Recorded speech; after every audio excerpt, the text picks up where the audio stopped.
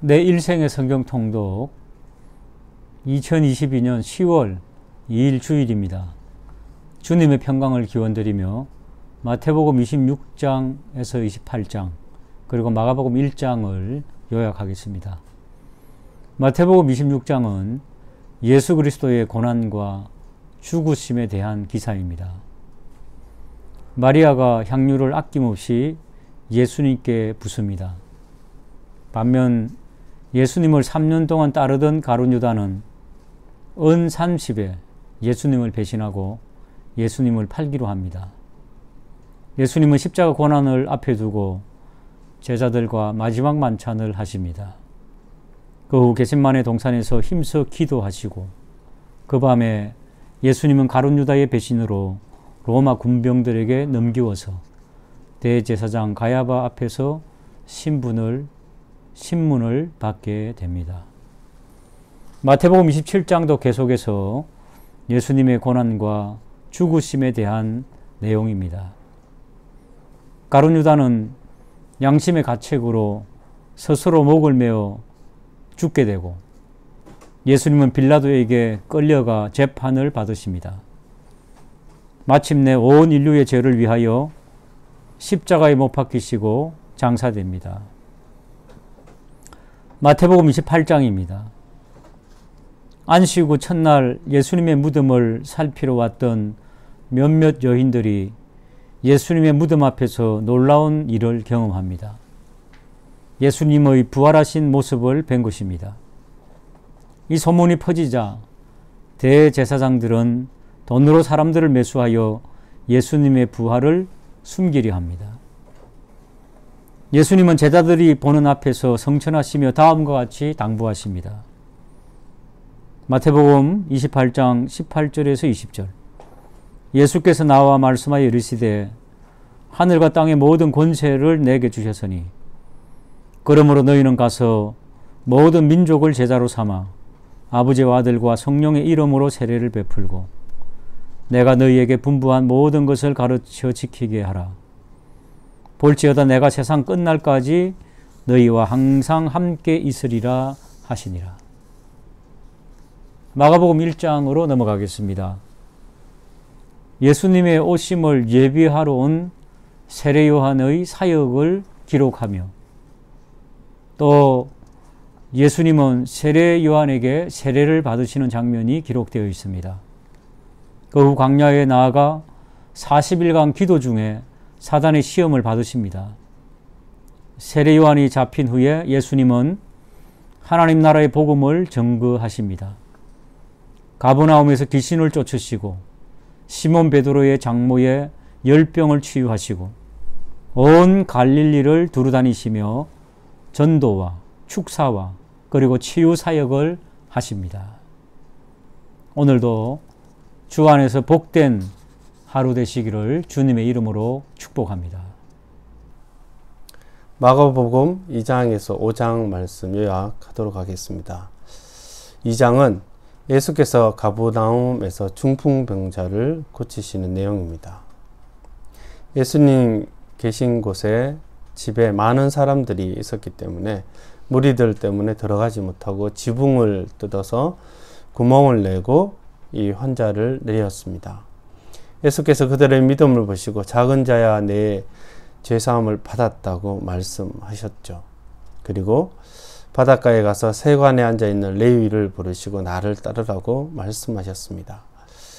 요한의 제자와 바리새인들은 금식하는데 예수님의 제자들은 금식하지 않습니까? 라는 그런 질문을 또한 받게 됩니다. 그때 혼인집 손님이 신랑과 함께 있을 때는 금식할 수 없다고 예수님께서는 지혜롭게 답변하셨습니다. 또한 바리새인들이 예수께 안식일에 제자들이 밀밭 사이에서 이삭을 자르는 것을 보고 안식일에 하지 못할 일을 왜 하느냐 이렇게 비난했을 때 예수님께서는 다윗이 배가 고플 때 대제사장이 진설병을 주어 먹었고 또한 안식일은 사람을 위한 것임을 분명히 말씀하셨습니다. 마가복음 3장은 회당에서 안식일에 손 많은 사람을 고치셨고 또한 12제자를 세우시는 장면이 나와 있습니다. 그 12제자를 세우실 때 예수님은 자기와 함께 있게 하시려고 세우셨고 전도도 하고 귀신을 내어쫓는 권세도 있게 하려 하셨습니다. 또한 예수께서 귀신을 쫓아내는 모습을 보고 서기관들이 이렇게 비난했습니다. 귀신의 왕을 힘입어 귀신을 쫓아낸다. 그런데 예수님께서는 이렇게 말씀하셨죠. 스스로 분쟁하면 그 집이 설 수 없다. 스스로 분쟁하면 그 집은 세움을 받을 수 없다. 예수님은 성령을 의지하여 귀신을 쫓아내고 있음을 분명하게 말씀하셨습니다. 마가복음 4장은 예수께서 비유로 여러 가지 말씀을 하셨습니다. 씨 뿌리는 자가 들어는 길가에, 들어는 돌밭에, 들어는 가시떨기에, 들어는 좋은 땅에 이렇게 뿌리었고 그렇게 떨어졌습니다. 길가에 뿌려졌다는 것은 말씀을 들었지만 사탄이 와서 적시 그 말씀을 빼앗는 것이며, 돌밭에 뿌려졌다는 것은 말씀을 들을 때 기쁨으로 받지만 환난 때문에 또한 넘어지는 것이며, 가시떨기에 뿌려졌다는 것은 세상의 염려와 유혹으로 결실치 못하는 것이라 말씀하셨습니다. 그러나 좋은 땅에 뿌려졌다는 것은 말씀을 듣고 30배, 60배, 100배의 결실을 하는 것이라고 예수님은 말씀하셨죠. 비유의 말씀 가운데 우리 역시도 하나님의 말씀으로 많은 열매 맺었으면 좋겠습니다. 5장은 예수께서 그라사인 광인을 만나셨습니다. 더러운 군대에 들린 귀신 들린 자인데 아무도 쇠사슬로도 그를 맬 수 없게 되었습니다. 그는 멀리서 예수님을 보고 달려와서 전하며 큰 소리로 부르짖었습니다. 지극히 높으신 하나님의 아들 예수여, 나를 괴롭히지 마옵소서. 이렇게 이야기를 했을 때 예수님은 더러운 귀신아 그 사람에게서 나오라고 이렇게 명령하셨습니다. 더러운 귀신은 돼지떼에게로 들어가게 되었으며 귀신 들린 자는 온전하게 회복되었습니다. 또한 12해를 혈루증으로 알아온 여인을 고치셨으며 또한 죽은 회당장의 딸을 고치셨습니다. 예수님은 귀신 들린 자, 아픈 자, 또한 죽은 자들에게도 큰 은혜와 능력을 베푸셨습니다. 마가복음 2장에서 5장 요약 말씀 마치도록 하겠습니다. 10월 4일 성경 통독 본문은 마가복음 6장에서 9장입니다. 6장은 예수님께서 제2차 갈릴리 사역을 마치신 이후의 사건에 대해 전합니다. 먼저 1절에서 6절은 예수님의 고향 나사렛 사람들에게 배척을 당하는 모습에 대하여 전하므로 인본주의적 사상의 문제점과 그 결과에 대하여 전하고 있습니다. 이어 7절에서 13절은 제3차 갈릴리 사역에 관한 부분으로 복음의 확산과 제자 훈련을 겸한 12제자의 파송에 관해 전하고 있습니다. 이어서 14절에서 29절은 제자들의 복음 전파로 예수님의 이름이 드러나는 결과를 보여주고 있는데, 예수님의 소문으로 분봉왕 헤롯이 세례 요한의 부활이라 오해하며 요한의 순교에 관한 기사를 전하고 있습니다. 그리고 30절에서 44절은 제자들이 전도 여행을 마치고 돌아와 보고하는 내용과 오병이어의 이적 사건을 전하고 있습니다.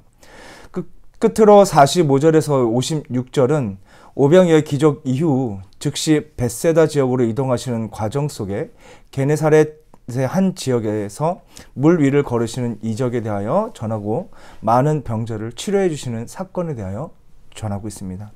7장은 계속해서 제3차 갈릴리 사역에 관한 내용으로 본문 1절에서 23절은 예루살렘의 사내들인에서 파송된 바리새인들과 서기관들이 제자들이 식사 때 손을 씻지 않은 것에 문제를 삼음으로 발생한 유전 논쟁에 관한 내용입니다.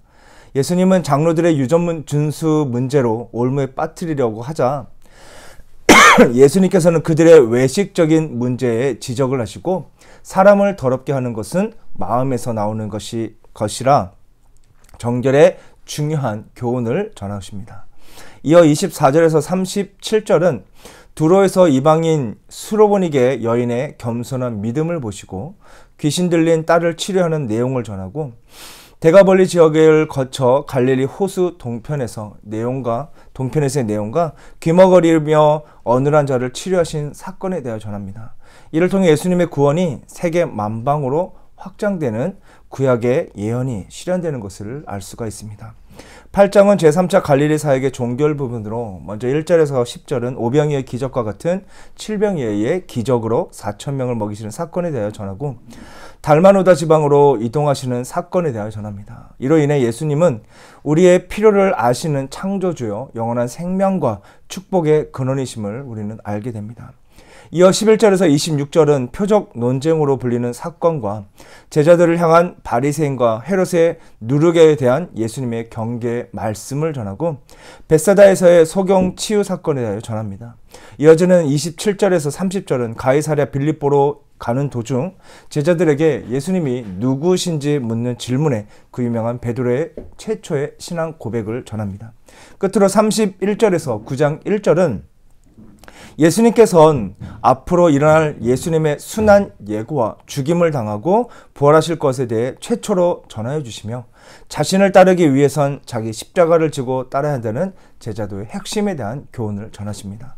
9장은 베드로의 고백과 예수님의 순환 예언 이후 6째 날이 지나고 일어난 일들에 관하여 전합니다. 먼저 2절에서 13절은 그 유명한 변화산 사건을 기록하고 제자 베드로와 야고보 요한과 함께 변화산에 올라가 영광스러운 모습으로 변형되는 모습, 그리고 구약의 율법과 예언을 대변하는 모세와 엘리야가 등장하여 대화를 나누는 광경을 목격하며 하나님의 음성을 직접 듣는 경험을 하게 됩니다. 이는 예수님이 가셔서 하는 메시아의 길과 제자들이 가야 하는 길에 대해 깊이 각인시키려는 교육적 목적이 담겨 있으며 예수님은 우리의 메시아 구주이심을 증명하고 있습니다. 이어 14절에서 29절은 변화산에서 내려오신 예수님께서 한 귀신 들린 아이를 치유하시고 제자들에게 능력의 원천은 확신이 있는 기도에 있음을 교훈하십니다. 그리고 30절에서 37절은 예수님의 2차 순환 예고 및 제자들에게 겸손과 섬김에 관한 교훈을 말씀하여 주십니다. 지금 예수님께서는 군중들보다 제자들의 훈련에 집중하고 계심을 우리는 확인하게 됩니다. 끝으로 38절에서 50절은 예수 이름으로 귀신 축사를 행하는 일들에 대해 요한이 보고하자 책망하신 예수님께서는 독선에 빠져서 다른 이들을 실족하지 않기를 교훈하시며 소금 비유를 통한 화목에 대한 결론적 권면을 전하고 계십니다. 오늘 읽으실 말씀은 마가복음 10장에서 13장 말씀입니다. 먼저 10장은 예수 그리스도의 갈릴리 사역과 예루살렘 사역을 연결시켜주는 역할을 합니다. 예수님의 사역 가운데 갈릴리 사역과 은둔 사역, 그리고 베레아를 중심으로 하는 본장이 마가복음의 큰 부분을 차지하고 있습니다. 본장에서는 이혼에 관한 논쟁과 영생에 관해서 묻는 부자 청년의 어리석음과 제자들의 무지가 기록되어 있습니다. 11장은 예수 그리스도의 예루살렘 입성과 성전 정화 사건으로 요약할 수 있습니다. 구약시대 스가랴 선지자의 예언대로 예루살렘에 입성하신 예수님께서는 입성 첫날 성전을 둘러보셨습니다. 그리고 예수님께서는 성전에서 만연되어 있는 인간의 위선과 탐욕, 허영과 자기 중심의 모순을 발견하시고 이를 숙청하기 위해 채찍을 드셨습니다.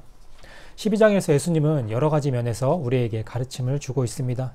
특히 지도자들의 잘못, 종교와 정치의 다른 면, 그리고 신앙생활에 있어서 매우 중요한 내용들을 교훈하고 있습니다. 본장은 예루살렘 성전 정화 사건과 바로 다음 장의 예루살렘 멸망 예언 사이에서 교량적인 역할을 합니다. 13장은 이스라엘의 멸망과 세계 종말에 있을 사건을 복합적으로 다루고 있습니다. 예수님은 예루살렘 성전의 운명을 예언하신 후에 감람산에서 성전을 바라보시면서 마지막 날에 일어날 사건들에 대하여 제자들에게 말씀해 주셨습니다. 이 예언을 감람산에서 하셨기 때문에 사람들은 감람산 강화라고도 합니다.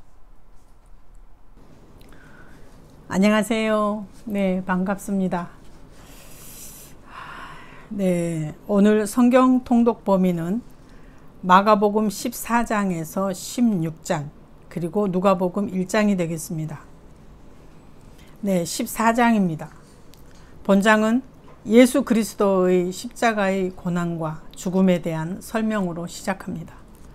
다음 장과 연관지어 설명하자면 고난의 서론이라고 하는 주제가 맞을 것 같습니다.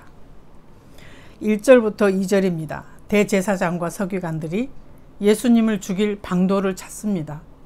밀란이 날까 하여 명절에는 하지 않기로 합니다.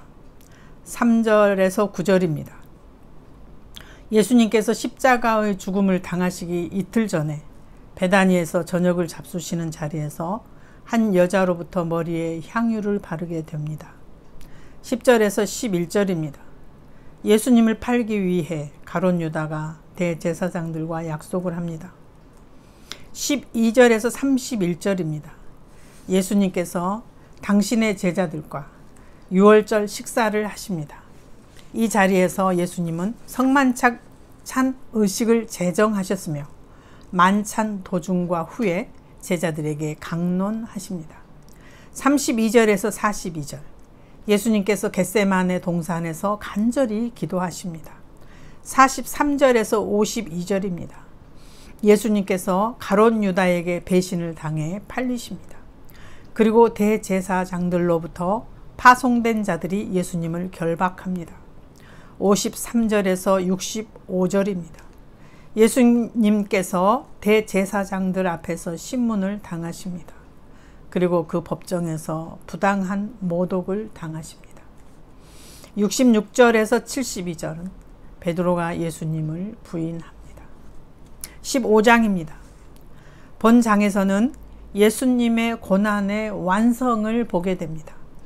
1절에서 5절 로마 총독 빌라도 앞에서 신문을 당하시고 고소를 당하십니다. 6절에서 14절 제사장들의 선동으로 말미암아 민중들이 예수님을 대적하여 외칩니다. 15절 예수님께서 곧 십자가에 못 박히도록 선고를 받으십니다. 16절에서 19절 예수님께서 로마 병정들에 의해 희롱을 당하시고 수모를 당하십니다. 20에서 24절 예수님께서 모든 모욕과 경멸을 당하시면서 형장으로 끌려가십니다. 25절에서 28절 예수님께서 두 강도 사이에서 십자가에 못 박히십니다. 29절에서 32절입니다. 모든 지나가는 사람들에 의해 비웃음과 모욕을 당하십니다. 30절에서 36절 하나님 아버지에 의해서 잠깐 버리심을 당하십니다. 37절에서 38절 예수님께서 십자가 상에서 운명하십니다. 사람들이 그 옷을 나누어 가집니다. 39절에서 41절 백부장과 다른 사람들이 예수님에 대해 이 사람은 진실로 하나님의 아들이었도다 라고 증거합니다. 42절에서 47절 예수님께서 아리마대 요셉에 의해서 무덤에 장사됩니다. 16장입니다. 본장에서는 우리 주 예수 그리스도의 부활과 승천에 대한 간략한 기사가 실려 있습니다. 그리고 앞장에서 예수님과 함께 슬퍼하고 고난을 당한 모든 자들이 기쁘게 여길 수 있는 위로와 기쁨과 승리가 담겨져 있습니다. 네, 8절입니다. 예수님의 시신에 향유를 바르기 위해 그의 무덤에 찾아오는 여인들에게 천사들이 예수님의 부활하심에 대해 증거합니다. 9절부터 11절 예수님께서 막달라 마리아에게 나타나심과 마리아가 예수님의 제자들에게 부활의 소식을 전해줍니다. 12절에서 13절 엠마오의 두 제자에게 예수님께서 나타나심과 그들이 이 소식을 형제들에게 전합니다. 14절에서 18절 예수님께서 11 제자에게 나타나셔서 세상에 그리스도의 나라를 세우고 그의 복음을 전하고 가르치라고 분부하십니다. 19에서 20절 예수님께서 하늘로 승천하심과 사도들이 그들의 복음 사역에 착수합니다. 주께서 역사하사 그 따르는 표적으로 그 사역을 풍성하게 하십니다. 누가복음 1장입니다. 누가가 예수님의 생활에 대해서 기록한 이야기는 마태나 마가보다 더욱 예수님의 초기의 이야기부터 시작하는 것이 특징이라고 하겠습니다. 이렇게 복음서의 저자들은 서로 보완하는 기능이 있었음도 하나님의 섭리이셨다고 할 수 있겠습니다. 1절에서 4절입니다. 누가는 그의 친구인 데오빌로 각하에게 서간문처럼 쓰고 있음도 서두에 밝힙니다. 5절부터 25절 예수님의 선구자 역할을 한 세례 요한의 잉태에 대한 예언과 그 역사를 기술합니다. 26절에서 38절 가브리엘 천사가 동정녀 마리아에 대한 예고, 즉 그가 예수님의 어머니가 될 것이라고 통고합니다.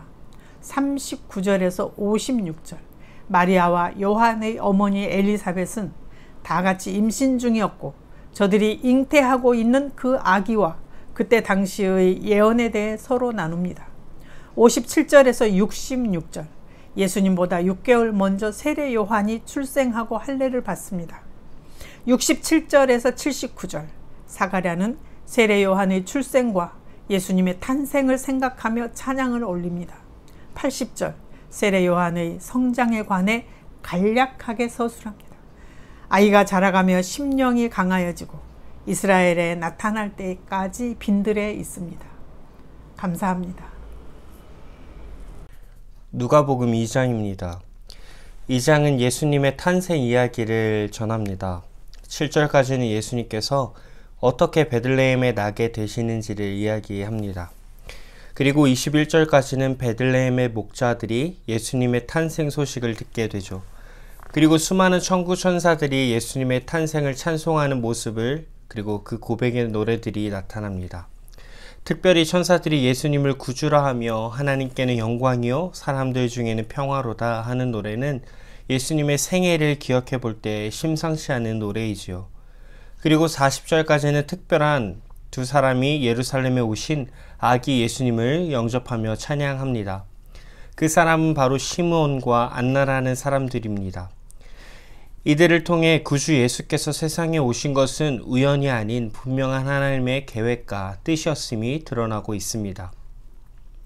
그리고 마치 이 사실을 증명하듯이 21절까지는 12살의 예수님께서 예루살렘 성전을 내 아버지의 집이라고 고백하므로 예수님께서 어떤 분이신지가 드러납니다. 3장입니다. 3장은 25절까지 세례 요한의 이야기를 길게 이야기합니다.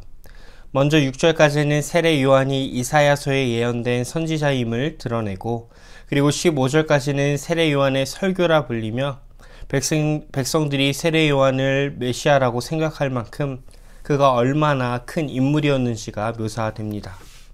하지만 16절부터 이 큰 사람 세례 요한은 자신보다 더 큰 일을 소개하는 역할을 하고 있을 뿐이라고 드러내죠. 그에 대한 강조는 곧 예수님을 더 큰 사람으로 높이는 역할이었을 뿐입니다. 그리고 21절에 요한보다 큰 이로 나타나신 예수님이 등장하고, 바로 이 순간에는 세례 요한이 아닌 하나님의 인정을 받는 구주로서 선언이 되는 장면이 나타납니다. 그리고 뒤에 나오는 족보 역시도 예수님께서 비범한 분이심을 드러내고 있는 것이죠. 4장입니다. 예수님은 성령의 충만을 입으시고 성령에 이끌려 금식하며 마귀에게 시험을 받으십니다. 그리고 세 가지 시험을 하나님의 말씀으로 이겨내시죠. 이 시험들은 우리가 알고 있듯이 바로 돌로 떡덩이가 되게 하라는 것과 천하 만국을 줄 테니 절하라는 것, 또 하나님의 아들이 맞다면 한번 뛰어내려 보라는 시험이었습니다. 그리고 18절에서 19절은 아주 중요한 본문으로 일명 예수님의 나사렛 취임 설교라고 불리며 예수님이 이 땅에 오신 목적이 드러나죠. 하지만 예수님의 고향인 나사렛의 사람들은 이런 예수님을 배척하고 있는 모습을 보여줍니다. 그러나 이어 우리는 놀라운 고백을 34절에서 다름 아닌 귀신 들린 사람의 입을 통해 듣게 됩니다. 고향 사람들이 배척한 예수님은 실로 귀신들도 알고 떨 정도로 진정한 하나님의 아들이시라는 것이 아주 급하고도 밝히 드러나는 것이죠. 그리고 우리 주님은 온갖 병자와 귀신 들린 자를 고치며 자신이 하나님의 아들임을 서서히 드러내십니다. 하지만 41절과 같이 아직은 때가 아님 또한 분명히 말씀하시죠. 5장입니다. 예수님은 본격적인 사역의 시작과 함께 제자들을 부르십니다. 먼저 본문에서는 물고기 잡는 기적을 통해 시몬 베드로와 야고보와 요한을 제자로 부르시고, 12절부터는 예수님이 명성이 퍼져가는 모습을 보여주며 나병 환자도 고치고 기도하는 모습을 보이시고, 또 곧바로 또 이어 중풍병자를 고치시는 예수님의 모습도 드러나죠.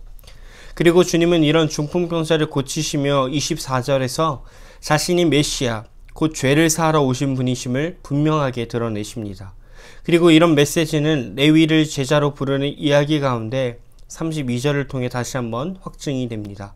그리고 33절부터는 새 시대의 메시아로 오신 자신을 비유를 통해 예수님은 드러내고 계십니다. 10월 8일 누가복음 6장부터 9장까지 함께 나누도록 하겠습니다.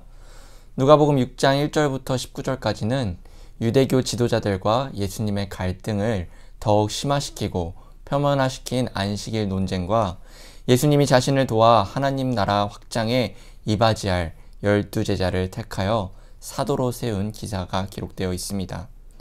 5절에 인자는 안식일의 주인이라고 고백하시며 예수님은 하나님의 아들이심을 전합니다. 또한 안식일에 손 마른 사람을 고치시며 유대교 지도자들은 더욱 예수님을 싫어하게 됩니다. 20절부터 49절은 예수님의 산상수훈에 해당하는 내용으로 누가복음에서는 그 핵심만 기록하고 있습니다. 27절에 너희는 원수를 사랑하며 너희를 미워하는 자를 선대하라는 말씀으로 당시 율법의 가르침이나 랍비의 가르침을 뛰어넘는 파격적 교훈을 전합니다. 41절에서는 어찌하여 형제의 눈 속에 있는 티는 보고 내 눈 속에 있는 들보는 깨닫지 못하느냐 점하시며 영적 소경일 뿐이라는 말로 꾸짖으십니다. 누가복음 7장 초반부는 예수님이 로마 백부장의 종을 치유해 주시고 나인성 과부의 아들을 소생시키시며 이방인도 구원의 대상이 되시며 생명의 주시고 영생의 수여자이심을 증거합니다. 중반부에서는 세례 요한의 질문, 세례 요한에 대한 예수님의 증언, 그리고 세례 요한과 예수님을 배척한 이스라엘의 임할 심판을 기록합니다. 36절부터 50절까지는 한 여인이 예수님의 몸에 향유를 부은 사건을 기록합니다. 여인은 자기 죄를 회개하는 동안 하염없이 눈물을 흘리며 향유를 붓고 예수님을 향한 사랑을 보이며 예수님은 그녀의 죄를 사해 주시며 구원받았다고 전합니다. 누가복음 8장 첫 부분에서는 예수님의 복음 전파에 함께 도우며 나아가는 여자들이 있음을 증거합니다. 4절부터 4가지 땅에 떨어진 씨에 관한 비유와 등불 비유, 그리고 참된 혈육 관계에 대한 교훈을 전합니다. 이를 통해 하나님의 말씀을 듣고 전하며 실천하는 것이 성도의 마땅한 자세임을 보여주고 있지요. 22절부터 56절까지는 예수님이 신적 권능을 가지신 분으로서 메시아이심을 나타냅니다. 바람과 물결을 잔잔케 하시며 거라사에 귀신 들린 사람을 고치시고 혈루증 앓는 여인을 치유하시며 회당장 야이로의 딸을 소생시켰음을 보여줍니다. 누가복음 9장의 첫 시작은 12제자를 불러 모아 훈련시키고 그들을 통해 하나님 나라를 확장하기 위해 복음을 전하게 하십니다. 예수님은 오병이어의 기적을 통해 5,000명을 먹이시며 18절부터 27절까지 베드로의 고백이 담겨져 있습니다. 예수님은 자신이 유대인들의 정치적 구원주가 아닌 십자가 고난을 당할 것을 전합니다. 28절에서는 변화신상의 사건을 통해 예수님의 참 메시아이심을 계속해서 증거합니다. 43절에 예수님은 두 번째 순환에 대해 예고합니다. 그러나 서로 으뜸이 되고자 다투는 제자들을 보게 되죠. 예수님은 57절에 나를 따르라라는 주제로 3명의 사람에게 묻습니다. 그러나 3명의 사람들은 각자의 이유와 핑계로 예수님을 따르지 않게 됩니다. 우리는 이를 통해 주님의 길을 걸어가는 제자의 도를 배울 수 있습니다. 내일의 예배를 준비하시며 하나님이 원하시는 예배자로서 가시는 여러분 되시기를 바랍니다.